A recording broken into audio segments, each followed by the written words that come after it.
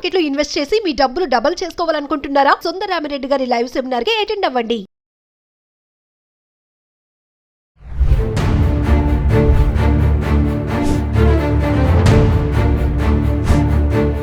నమస్తే, welcome back to Suman TV. ప్రస్తుతం మనతో పాటు ఉన్నారు ఫ్యామిలీ కౌన్సిలర్ రజనీ రమ్మ గారు. నమస్తే మ్యామ్. నమస్తే. మేడం, మనం కొన్ని వీడియోలు చేసాము, వైఫ్ అండ్ హస్బెండ్ రిలేషన్ సంబంధించినవి, భార్యకు నచ్చిన పనులు, భర్తకు నచ్చిన పనులు, ఇట్లాంటి. మరి ఈరోజు ఏంటంటే మగవాళ్ళు చేసే కొన్ని పనులంట ఆడవాళ్ళకి అస్సలు నచ్చవు. ఇంకా వాళ్ళు ఏంటంటే వాటిని తీసుకోలేరు అనమాట. ఇంకా సో అలాంటి ఏమున్నాయి ఈరోజు కొంచెం చెప్పండి మాకు. ఉన్న వాటిలో కొన్ని ముఖ్యమైనవి ఏవి అస్సలు నచ్చని విషయాలు ఏముంటాయి అంటారు?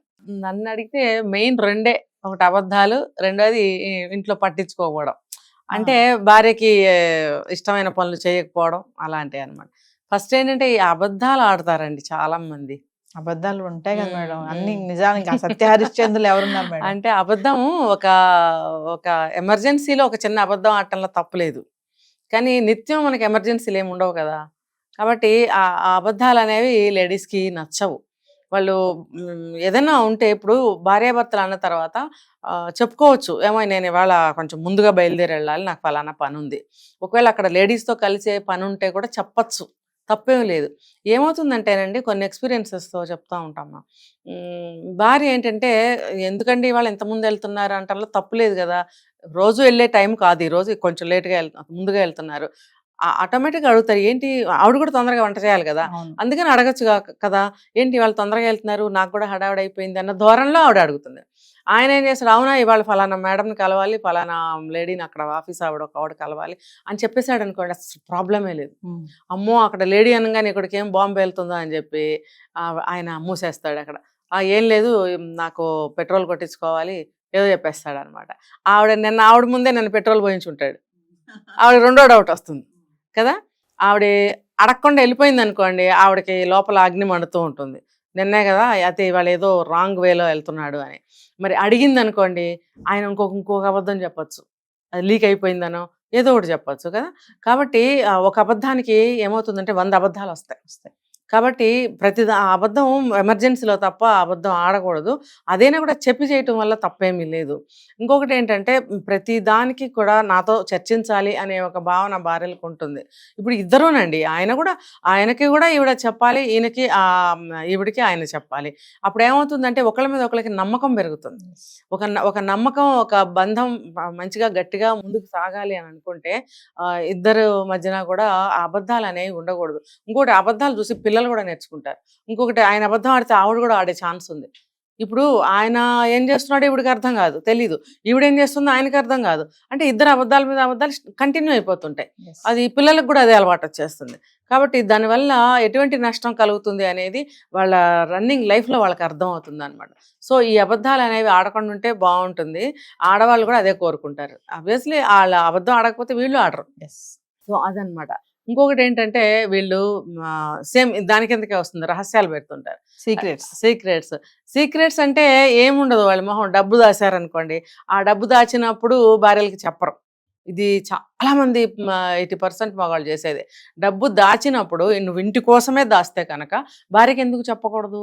అంటే వాళ్ళు ఖర్చుదారులు అనుకోండి, అమ్మో ఈవిడికి ఇప్పుడు డబ్బు ఉందని చెప్తే బంగారం చీరలో అని అంటుందని చెప్పి ఆయన చెప్పడు. కానీ నువ్వు కూడా జెన్యూన్గా దాస్తే ఓకే, లేదనుకోండి నువ్వు ఆవిడ దగ్గర రహస్యం పెట్టాల్సిన అవసరం ఏముంది, ఎప్పటికప్పుడు బయటపడుతుంది, అది మళ్ళీ గొడవలు అవుతాయి. మరి అలాగే హెల్త్ విషయాలు ఉన్నాయనుకోండి, హెల్త్ విషయాలు ఉన్నప్పుడు చెప్పుకోవాలి.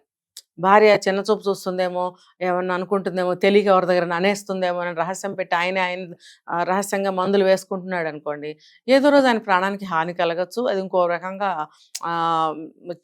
కన్వర్ట్ అయిపోవచ్చు ఆ విషయం. ఇంకొకటి ఏంటంటే ఆస్తుల విషయాలు ఏమైనా ఉన్నప్పుడు ఖచ్చితంగా భార్యకి చెప్పాలి. డబ్బు అంటే ఎక్కువ అమౌంట్ ఉన్నప్పుడు లేదా ఆస్తుల విషయాలు ఈ రహస్యాలే కదా, ఇవి కూడా భార్యతో పంచుకోవాలి. ఎందుకంటే ఇప్పుడు ఎవరు ముందు పోతారనేది ఎవరికి తెలీదు. ఆ డీటెయిల్స్ భార్యకి పరచకపోతే అది డేంజరే కదా. ఆ విషయాలు ఆయనతోనే పోతాయి. తర్వాత వీళ్ళకి చూడండి, కొన్ని LIC పాలసీలు తీసుకున్నట్టు భార్యలకు కూడా తెలీదు, ఇన్సూరెన్స్వి. మరి అలాంటప్పుడు తర్వాత వాళ్ళు వచ్చి అడిగితే వీళ్ళు డీటెయిల్స్ చెప్పలేకపోతారు. అంటే చిన్న ఎగ్జాంపుల్ చెప్తున్నాను. ఇలాగే ఏ విషయాన్ని సరే, ఆస్తులు కానీ డబ్బు కానీ ఏదైనా భార్యతో చర్చించడం అనేది తప్పు కానే కాదు, భార్యతోనే చర్చించాలి. అది ఎంత ఖర్చుదారైనా సరే మీరు చెప్పాలి. చెప్పి నేను ఇవ్వను అని చెప్పి ఒక రూల్ పెట్టుకోండి.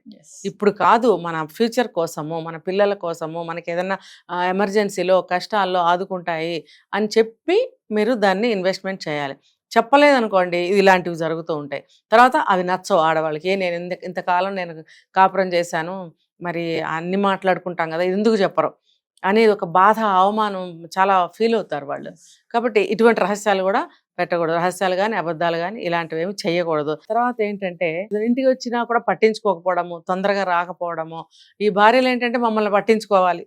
ఇదే మనం చెప్పుకున్నాం కదా, తిన్నావా, తాగావా, ఎలా ఉన్నావు, అవి ఒకటి కావాలని కోరుకుంటారు. కోరుకుంటారు. అంటే ఇది మనం ఒక యాంగిల్లో మాట్లాడుతున్నాం కాబట్టి ఇలాగే మాట్లాడతాము. సెకండ్ ఫేజ్ మనం వాళ్ళ గురించి మాట్లాడినప్పుడు చెప్దాం. ఇప్పుడు భార్య కోరుకుంటుంది కదా, కోరుకున్నప్పుడు ఇంటి వాతావరణానికి అనుకూలంగా పరిస్థితులు ఉండాలని భార్య కోరుకుంటుంది. చూడండి, నేను మార్చి చెప్తున్నాను. ఇది భార్య కోరిక అంటే భార్య కోరిక అని అనుకోవద్దు. ఇది ఇంటికి సంబంధించిన వాతావరణము, ఇంటికి సంబంధించిన ఆనందము, సుఖ సంతోషాలు, కుటుంబంతో అనేటువంటి భార్య కోరుకుంటున్నప్పుడు ఈ భర్తలు ఏం చేస్తారు, పొద్దునెళ్ళి రాత్రికి వస్తూ ఉంటారు.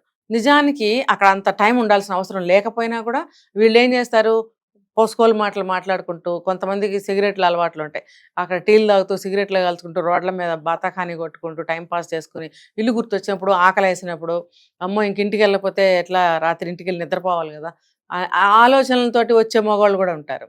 అలా ఉండటం వల్ల ఏమవుతుందంటే, నేను మగాడిని, నేను ఇలాగే ఉంటాను, నాకు స్వేచ్ఛ వద్దా, నాకు సర్కిల్ వద్దా అని మాట్లాడితే అది శాశ్వతం కాదు. కుటుంబం శాశ్వతం. కుటుంబంతో మీ బంధము, కుటుంబంతో జీవితం అనేది ఇంపార్టెంట్ కూడా. మరి కుటుంబం మీకు దూరం అవ్వదా? మీరు కుటుంబానికి దూరం అవుతారు, మీరు కుటుంబానికి దూరం అవుతారు. నాన్నతో ఉండాలని పిల్లలు, భర్తతో ఉండాలని భార్య అనుకున్న అవన్నీ దూరం అవుతాయి. కాబట్టి మీరు ఒక టైం పెట్టుకోవాలి. ఈ టైంకి వెళ్ళడము, మధ్యలో పనులుంటే చకచకా చూసుకుని రావడము. ఇంకా ఏదన్నా ఇంటికి సంబంధించిన విషయాలైతే వీకెండ్స్లో భార్యాభర్తలు కలిసి వెళ్ళి చేసుకోవచ్చు. మధ్యలో నువ్వు ఒక్కడవే చేసుకురావాల్సిన అవసరం ఏముంది, ఇద్దరు కలిసి కూడా వెళ్ళచ్చు. మరి ఇలాంటి ఇన్ని రెమెడీస్ ఉన్నప్పుడు ఆయన ఇల్లు పట్టించుకోకుండా ఒక్కడే అన్ని దున్నేస్తాను అని అంటే మాత్రం సమస్యలు వస్తాయి. అలా ఇల్లు పట్టించుకోవడంలో ఏంటంటే పిల్లల్ని కూడా పట్టించుకోవాలి. వాళ్ళకి చదువు సంధ్యలు ఏంటి, విద్యా బుద్ధులు ఏంటి, మంచి అలవాట్లు నేర్పడం ఏంటి, తండ్రి అంటే ఏంటి, తల్లి అంటే ఏంటి, బాండ్, దీని గురించి వాళ్ళకి తెలియకుండా పోతుంది. తల్లి ఒక్కటే ఎంతసేపు కొట్టుకుంటూ కూర్చుంటుంది, ఆయన పాత్ర కూడా ఉంటుంది కదా ఇక్కడ. ఉన్నప్పుడు ఇద్దరు కలిసి ఇంటిని నడపాలి. లేకపోతే భార్యలకి ఇది నచ్చదు. ఇంకొక పాయింట్ ఏంటంటే, మనం చెప్పుకున్నాం కదా ఫైనాన్స్ మ్యాటర్ ఒకటి, అది ఫైనాన్స్ కూడా చెప్తూ ఉండాలి. ఇంకొకటి, వీళ్ళకి వేరే వాళ్ళతో ఏమైనా అఫైర్స్ ఉంటే అది కూడా భార్యలకి నచ్చుతుందా? అది మనం ప్రత్యేకంగా చెప్పుకోక్కర్లా, ఎవరికి నచ్చదు. అది ఏంటంటే అటువంటి వ్యవహారాలు భార్యలకి నచ్చవు. మీరు భార్యతో అన్యోన్యంగా ప్రేమగా పెళ్లి చేసుకున్నారు కాబట్టి కుటుంబ పరంగా అలా ఉండాలి, ఫ్యామిలీ టైప్గా మీరు ఉండాలి. మీరు వేరే వ్యవహారాలు పెట్టుకున్నారనుకోండి, అది ఏ భార్య అయినా సరే, ఏదైనా అతనికి ఏదైనా వ్యసనం ఉన్నా సరే మాన్పించుకోవాలి అని ప్రయత్నిస్తుందే కానీ, అనారోగ్యం ఉందనుకోండి బాగు చేసుకోవాలని చూస్తుంది. పెళ్ళి అయిన తర్వాత అనారోగ్యం వచ్చింది, యాక్సిడెంట్ అయింది, కాలు పోయింది, లేకపోతే కన్ను పోయింది అంటే కూడా సరిపెట్టుకుంటుంది. కానీ వేరే వాళ్ళతో అక్రమ సంబంధం, వేరే మనిషితో వేరే వ్యవహారం ఉందంటే మాత్రం అసలు ఆడవాళ్ళు సరిపెట్టుకోరు. ఎందుకంటే తన లైఫ్ని ఇంకొక లేడీస్తో పంచుకోవడం అంటే ఎవరికి నచ్చుతుంది చెప్పండి? మన ప్రాపర్టీ మనమే అనుభవించాలని అనుకుంటారు. అలాంటప్పుడు వేరే వాళ్ళతో పంచుకోవాలని ఎవరు ఆశించరు. కాబట్టి ఇలాంటి వ్యవహారాలు చెయ్యకూడదు అని మనం ఎప్పుడూ చెప్తూనే ఉన్నాము. చెయ్యకండి అని ఇప్పుడు మళ్ళీ చెప్తున్నాను. కొంతమంది అంటారు నా మొగుడు నాకే సొంతం అని మాట్లాడే ఆడవాళ్ళు కూడా ఉన్నారు. నా మొగుడు నాకు సొంతం కాకపోతే నీకు సొంతం ఎలా అవుతాడు? నువ్వు ఇంత కట్న కానుకలు ఇచ్చో, ఇంకోటి ఇచ్చో కష్టపడి సంబంధం వెతికి పెళ్లి చేసి ఇన్ని సంవత్సరాలు కాపురం చేసిన తర్వాత వాడెళ్ళి ఇంకో దాంతో తిరుగుతుంటే నా మొగుడు నాకు సొంతం ఎందుకు అనుకోకూడదు? ఎందుకు అనుకుంటే తప్పెందుకు పడుతున్నారు? నా మొగుడు నాకు సొంతమనే అనుకోండి. అనుకున్నప్పుడు అన్నీ బాగుంటాయి. కాకపోతే ఏంటంటే వాళ్ళు ఎవరితో మాట్లాడనీయకుండా, ఎవరికి ఎక్కడికి వెళ్ళనీయకుండా అలా కూడా చేయొద్దు. ఇంతవరకే మీరు చూసుకోవాలి.